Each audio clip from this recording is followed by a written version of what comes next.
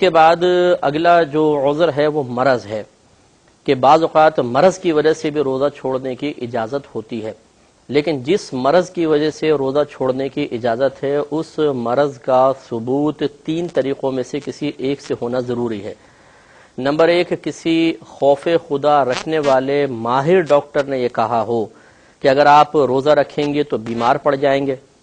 یا بیمار ہیں تو بیماری زیادہ ہو جائے گی، بڑھ جائے گی، یا آپ دیر میں تندرست ہوں گے،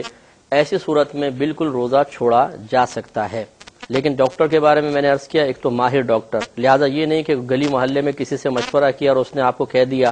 تو ہم اس پر عمل کر ڈالیں، اور اسی طرح کچھ خوف خدا بھی رکھتا ہو، ایسی کوئی ظاہری علامت بھی ہو۔ بعض اوقات تو نزلے میں بھی کہہ دیا جاتا ہے کہ جی آپ روزہ چھوڑ دیجئے، چھوٹی چھوٹی یعنی بیماریوں میں کہہ دیا جاتا ہے، ایسی بیماریاں عذر نہیں ہوتی۔ واقعی ایسا مرض کہ اگر روزہ رکھیں گے تو انسان بہت زیادہ شدت تکلیف میں مبتلا ہو جائے گا، اور یا مرض بہت دیر میں اچھا ہوگا، اور یہ ماہر ڈاکٹر ہی بتا سکتا ہے، لہٰذا یہ شرائط ذرا ذہن میں رکھیں۔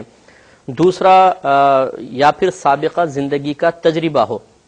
کہ مثلا پچھلے سالوں میں یا کوئی نفلی روزے کے دوران ایسا ہوا تھا کہ یہی مرض تھا اور نفلی روزہ رکھا، یا پچھلے رمضان کا روزہ رکھا تھا تو بیماری بڑھ گئی تھی،